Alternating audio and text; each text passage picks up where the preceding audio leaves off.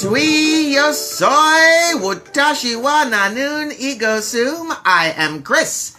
This is Chris and in English, and I want to know, would you wear clothes that were alive? If clothes were alive, if they were living, breathing things, would you put them on your body? That's our question of today. The reason why, I forgot that, is, I read an article the other day about a woman, a scientist, and her team who created clothes that are alive. And we're going to talk a little bit about that today. Of course, I'm going to give you some vocabulary tips today. That's going to be our main lesson. What are some ways that you can improve your vocabulary? I'll give you a hint. It's about consistency. Always be there. Right, Mr. Nemo? I'm glad to see you today. Happy Friday Eve, sir. Happy Friday Eve. Here's today's question. Would you wear clothes that were alive? Would you wear clothes that were breathing and living things? I want to know. I want to know. I also want to know how you're doing. I hope you're doing well. I hope you're safe and healthy. I'm doing okay. A little tired this morning. A little tired, but that's okay. Look, see, I've got the energy. I got the power. I got the power. Today is an anniversary. Today is the anniversary of an important battle in the American Civil War. And I'm going to try to see what I remember about the Battle of Antietam. One of the most important battles in the American Civil War. It happened near the Potomac River. The Confederate forces had crossed the Potomac River, heading north, trying to invade the North. General George McClellan and the Union Army was able to push General Lee and the Confederate Army back across the river. Very important war in the American Civil War. Hey, Nemo's answering me. He says he for sure wants to have living clothes. Clothes that are alive. Clothes that breathe. Yeah, we're going to be talking about that in a little bit. I think you'll be interested in the clothes that are alive. The Battle of Antietam, American Civil War, 1863. To this day, it is still the most deadly day in American warfare. In that day, in that one battle, in that one day, 23,000 people died in a war. And the worst part? Technically, they were all from the same country. Yeah, Civil War sucks.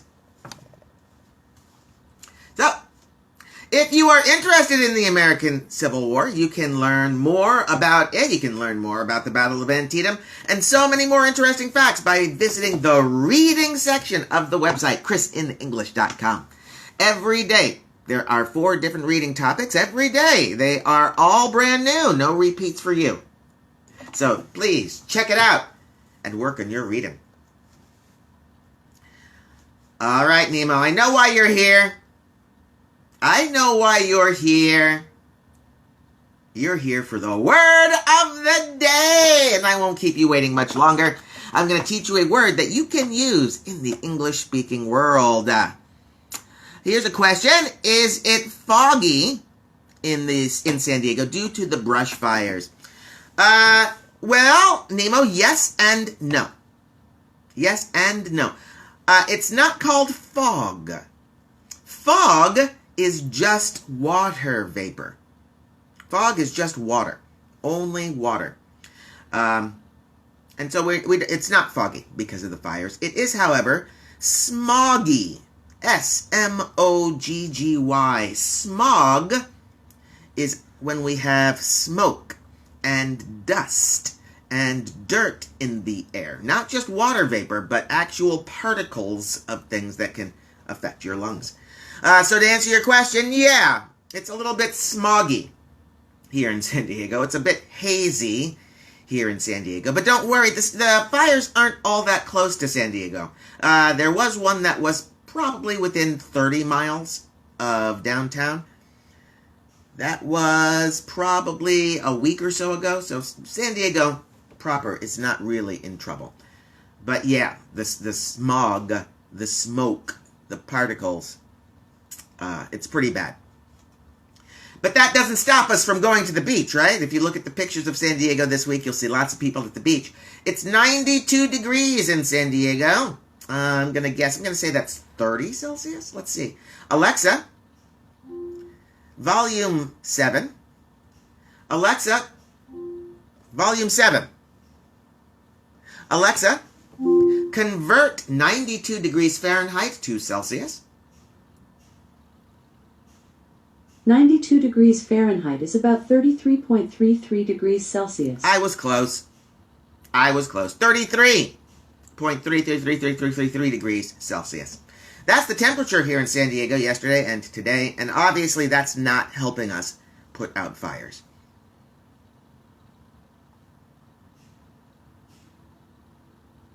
Word of the day! And this is not a stupid word. Is that a hint? Is that a clue? Is that information that can help you figure out the word of the day? It's not a stupid word. I bet it is a clue. I bet it is a hint. Our word of the day today is a noun. It's a noun. We're dealing with a noun today. And the definition of this noun is a clumsy or stupid person. Our word of the day today ends with an X. Our word of the day today is lummox. A lummox. It's a noun for a clumsy, stupid person. A lummox. Lexi! Hello there, my Lexi. I hope you're doing well. Our question of the day today is, would you wear clothes that were alive, that were breathing, that were living? Would you wear clothes that were alive? Lummox is a noun. It's a clumsy or stupid person. Here's a sentence that I hope will help you understand better. He was a very tall, very big, very strong man, and he looked like a lummox. But he actually has a degree in quantum physics. Lummox, a big, clumsy, stupid person. I'm a lummox. Yeah. Did you like my lummox face? Did you like my lummox song? I liked the lummox song. I'm a big lummox. Thank you, Lexi. Here we go for your spelling for the word lummox. Lummox. Lummox, noun, a clumsy or stupid person. My friend Bill is such a lummox. At least once a week, he locks his keys in his car. What a lummox. That's my sentence. Hey, Mr. Marty's here. Oh my goodness. Ich bin, my friend. So good to see you. It's been a while. Our word of the day. It's a noun. Lummox. Lummox. A clumsy or stupid person. He was a very big man. He was a very tall man. He was a very strong man. And he looked like a lummox. But really, he had a degree in quantum physics. Lummox. Anybody got a sentence for me using our word of the day, lummox? If you do, go ahead, write it. Write it right there. See where I'm pointing? Right there. If you write right there, I don't know. Maybe on your phone it's over here. I don't know. Write a comment. Let me know. Leave your sentence. I'll read it to the world. You know I would love to. Clothes that are alive. Marty, would you wear clothes that were alive? Would you wear clothes that were living? Would you wear a shirt that breathed? Would you wear pants that were alive?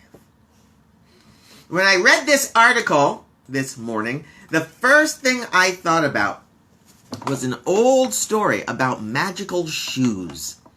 It's a children's story, a fairy tale, I think, about a boy who found magical shoes, and he put on the shoes, and the shoes made him dance. He couldn't stop dancing. The shoes would dance, and he couldn't control it.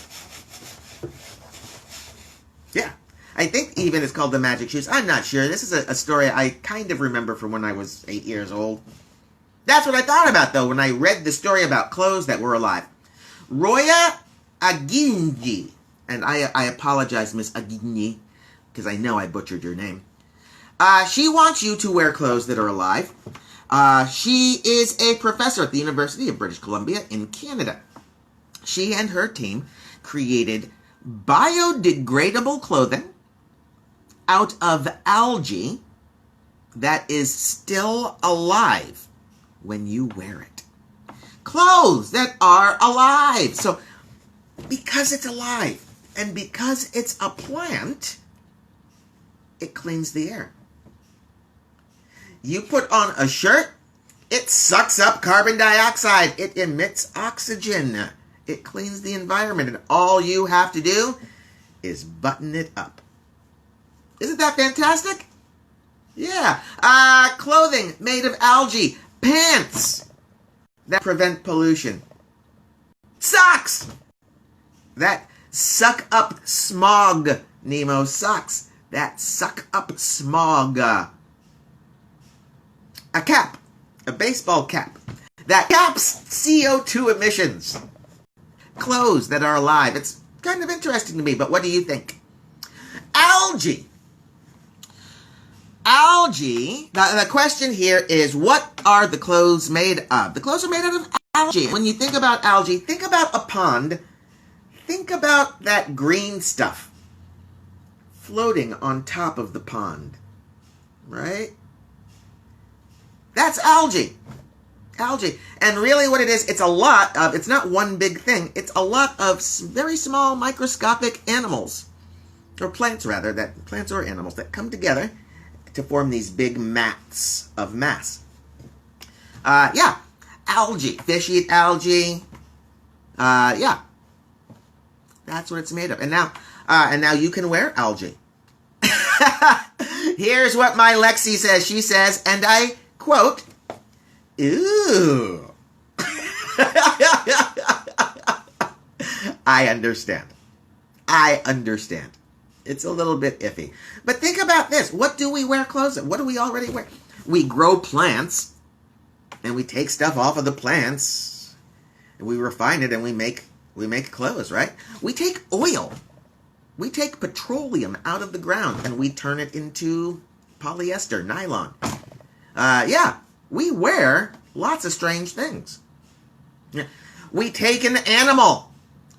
We cut the skin off of the animal, and then we put it on us.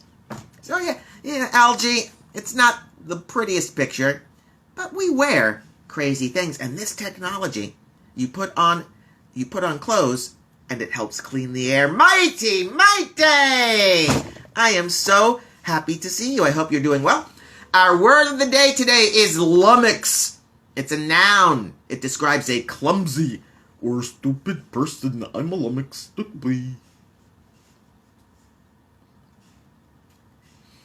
me give you the election update. For those of you who haven't been here in a while, Marty, I'm going to be doing an election update. We are about 6.5 weeks before the American election. And so I'm going to start giving you guys some election news. I'm happy to answer any questions about the American presidential election that you have. So send those questions in. Here's what I've got for you today. In a new poll, we find Vice President Joe Biden leading President Donald Trump in 2 important states. The states are Minnesota and Wisconsin. Now, why is this important? If you were here yesterday, you might remember we were talking about the Electoral College. The American president is not elected by popular vote. It's not the majority of votes wins. The American president is elected by the majority vote in each state. So, if a president wins a state, he wins all of the points in that state. If he wins a certain amount of points, he wins the presidency. So it's not about each individual's vote. It's about how the states vote. And of course, individuals vote inside of states. President Trump is behind in Wisconsin. Vice President Joe Biden is ahead of President Trump in Wisconsin, 52 percentage points to 46 percentage points. That's significant. That's a 6-point difference. The margin of error, the MOE for polls like this, if it's a good poll, it's going to be around 3.5%. If it's a great poll, it'll be around 2.5%. If it's a lousy poll, it'll be around 7%, but I don't think that's where we are right now. I think this is a pretty good poll. Lexi's asking a question. Can you explain how we vote in the United States? Sure. And I'll only explain the presidential election. Because it's different, a little bit different when we vote for congressmen. And it's very different when we vote for local offices. There are 52 states in the United States, and depending on how many people live in each state, that state receives a number of points called electors. California is a very big state. We have more people in the United States than any other state. We get something like 54 of these electoral points. Delaware is a very small state. It has, I believe, 2 electoral points. So the goal for a presidential candidate is to win as many of these electoral points as possible, and they do so by getting the most number of votes in each state. Not the whole country. That doesn't count for anything, but in each state. Hey, Salia, good to see you. Welcome to the show. We're doing our election update right now. Right now we're talking about how the Electoral College works and how we actually vote for a presidential candidate. In 2016, presidential candidate Hillary Clinton won more votes in all of the United States than President Donald Trump. She had more votes nationally, but she didn't win the number of electoral points necessary to become president. She didn't win enough states. And that's how we vote for our president here. It's about the states, not about the national vote. Some people think it's time to change that rule. Some people think that the vote for president should be a national popular vote. Some people think it would be more fair and easier to understand. Maybe one day those people will get their way. I hope that helps, Lexi. I hope that helps you better understand the Electoral College and how we vote. Wisconsin, Joe Biden is leading the president by 6 percentage points in Wisconsin. And leading by, oh my goodness, 16 points in Minnesota. Lexi's asking the question, so why are you voting if it doesn't count? Well, Lexi, it does count. It does count. I help vote for California. I help California decide who we want to be president. The candidate who wins the most votes in California will win all of the electoral points in California. The person who wins the majority vote in New York wins all of the electoral points in New York. So my vote does count. It's just not a direct vote. It's an indirect vote. The United States is what we call a republic. Switzerland's awesome. I love Switzerland. I love America, but I also love Switzerland. Switzerland is the only country that I know of where most of the elections are for a direct vote. Each citizen is directly voting for something. In the United States, we tend to vote for people who will then go and represent us and vote however they want. Hey, who do we got here? Mina Ballerina. So good to see you. I hope you're doing well. Welcome to the show. Our word of the day today is lummox. A lummox. A big, clumsy, stupid person. I am a lummox. That's my lummox voice. I didn't know I had a lummox voice until today. A couple more last things about the election before we go on to our vocabulary lesson. Tonight, Vice President Joe Biden will be on CNN in a town hall. People in Pennsylvania will be asking Vice President Joe Biden any question they want, and he will answer to the best of his ability. President Trump had his own town hall meeting this past Tuesday. He did not do as well as he would have liked. You can see some of the clips on YouTube if you're interested to seeing how the president responded to questions from American citizens. Today at 8 p.m., the president will be delivering remarks in Wisconsin. Wisconsin, as we just talked about, is one of the states where he is behind Vice President Joe Biden. One of the reasons he's going to Wisconsin is to improve his chances there. Vice presidential candidate Kamala Harris is still here in California. She's meeting with wildfire responders. We have terrible fires here in California. She is here talking with wildfire responders, trying to figure out how the federal government might be able to help California keep fires under control. That's it.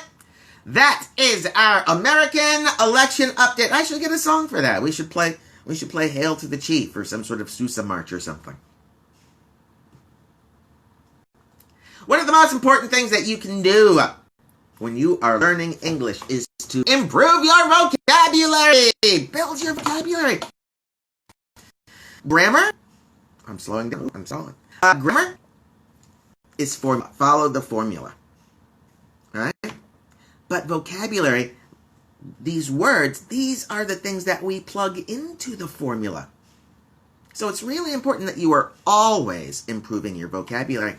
Did you know that there are many books and many websites that sell to Americans, native speakers, that help us improve our vocabulary? Constantly improving our vocabulary is a point of pride for many English speakers. I know it is for me. I love when I learn new words.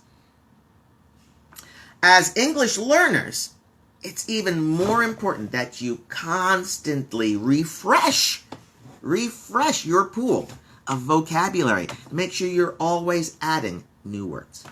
There are, of course, some tips and tricks that help learning new vocabulary, that help make it easier for you. I've put together a short list of a few things that I think are really important when it comes to building vocabulary as an English student. Number one. The number one most important thing, honest and true. You will hear everybody say this. Every teacher, every person who gives advice on studying English, every person who gives advice on writing. How do you improve writing? How do you improve your vocabulary? Read, read, read, read, read. That's 5 reads. The more you read, the more vocabulary you get into your eyes. The more vocabulary you get into your brain. The more vocabulary you get to learn how to recognize when you see it again. Reading also gives you new vocabulary in context. And that is the most important thing I'm getting from my friend and fellow teacher, William the teacher. He's giving me a thumbs up because he knows how important reading is for building your vocabulary. In fact, I put it number 1 because it's number 1. And that's what William's telling me. They don't have a number 1 emoji, so he's using the thumb for number 1. Doesn't matter what you read either. Doesn't matter what you read. Read. I strongly suggest that every English learner has an English dictionary and or English thesaurus app on their phone. That's hard for me to say because for a long time in my teaching career, one of the hardest things for me to do was to stop my students from using their phones in class. I have since discovered that there actually is a use for cell phones in class. They can be helpful. They can be handy. They can be tools to a point. And one of the things that they're really good for, get yourself a dictionary app on your phone. Every time you see a new word, you can put it in. You have it right there. You keep your phone in your pocket, right? Pull out that phone, type in that word. It will quickly, easily give you a definition. And then you can use that word. And isn't that important too? Number 3, use your new vocabulary. Use it early. Use it often. Did you know that when you learn a new when you see a new vocabulary, when you see a new vocabulary word, you can retain information about that word for about 30 seconds, and then your brain forgets that it even ever saw that word. Unless you use that word immediately. The faster you use a word after you learn it, after you first see it, the longer and more strongly it will stay in your mind. I got a question here from Mr. Nemo. What was your best moment or your best situation since I became a teacher? That's a good question, Mr. Nemo. And it's a hard question because there's a lot. We can start with you and me. What's the best thing about being an English teacher? I get to make friends from all over the world. Right? I have friends on every continent. Wow. I am the luckiest Chris I know. But that's me. That's personal. That's greedy. I like friends. There was one time, you were in my Cambridge class. I love teaching Cambridge. There was one term where each and every one of my students passed the Cambridge FCE. Each and every one. I think we had 8 students that term. And each and every student who took the test that term passed the Cambridge exam. And that made me feel good. It made me feel good for me because I felt helpful. And it made me feel good for my students because they achieved their goal and then went on to bigger and better things.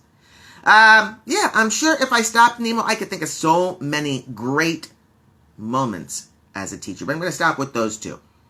Making friends all around the world and helping students succeed. I love it. Use new vocabulary as soon as you can, and you'll keep that vocabulary in your head longer.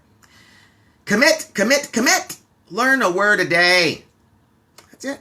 Learn 1 word a day. That's 7 words a week, 30 words a month, 365 words a year. But Chris, what? That's not enough. Really? 365 words a year, new words a year? You already have a good vocabulary. You can communicate basic ideas in English. You don't need to learn all the words all in one day. Learn slowly. And again, use the vocabulary that you're learning as fast and as soon as you possibly can. Commit to learning 1 word a day. If I wanted to learn a word a day, I would come to this show, or I would visit the website, ChrisinEnglish.com, where you can learn a word a day every day. Dink. What is next? One of the most powerful tools for learning new words in English is to learn Greek and Latin. A lot of English words are put together from something that we call roots and affixes. Roots are the basic part of a word. Affixes are parts of words that we can attach to these roots. And it builds meaning. Take the term aqua. A-Q-U-A. Aqua. Aqua is a Greek root. It means water. It stands for water. Anytime you see aqua, A-Q-U-A, aquarium, aquanaut, aquatic, aquamarine. Anytime you see aqua in a word, it has something to do with water. By learning Greek and Latin roots and affixes, you will teach yourself how to build vocabulary. You won't rely on learning vocabulary. You will have a tool that you can use to build vocabulary. And that, I think, is a great thing. One more tip for building your vocabulary in English. Talk to people. It doesn't matter if you talk to them face to face. It doesn't matter if you talk to them across the internet. Talk to people. Engage in conversation. Remember we talked about using your vocabulary? Well, what better way to use your vocabulary than engaging with other people? Yeah, engage in conversation. 2, if you're talking to someone, maybe they will get to use a vocabulary word that you don't know. You can learn new vocabulary by listening to someone else speak. And you can use their brain because they're with you. And you could say, hey, what does that mean? Building your vocabulary is one of the most important things you can do for building your English. Grammar, we can learn grammar. We can learn the formulas. But if we don't have vocabulary, we don't have the information to plug into the formula. That's it. That's our vocabulary lesson today for Thursday. I'm so happy because tomorrow is not Thursday. Tomorrow is Friday Fun Day, and we got a very special thing happening for Friday Fun Day tomorrow. We're going to have a sports report. Yes, it's true. My friend and fellow English teacher, Mr. William the teacher, is watching right now. Everybody say hi. Everybody say hi. Hi. He's going to be joining us tomorrow about 10 minutes into our show, about 6:40, and he's going to be giving us a sports report. We'll be doing this every Friday for a while. I hope you'll show up. I hope you'll like it. It's going to be part of our Friday Fun Day. Look, Lexi saying hi, William. Would you wear clothes that are alive? Would you wear clothes made out of algae? I don't think Lexi would. Lexi does not like that idea. I would. All right, my friends, I had a great day with you today. Thank you so very much. I'm really looking forward to tomorrow. I'm looking forward to our sports report. I'm looking forward to Friday Fun Day.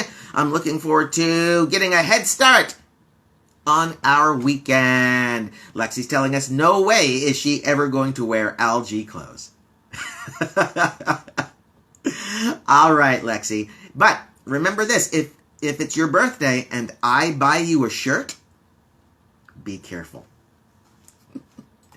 All right, my friends, I hope everybody has a great day.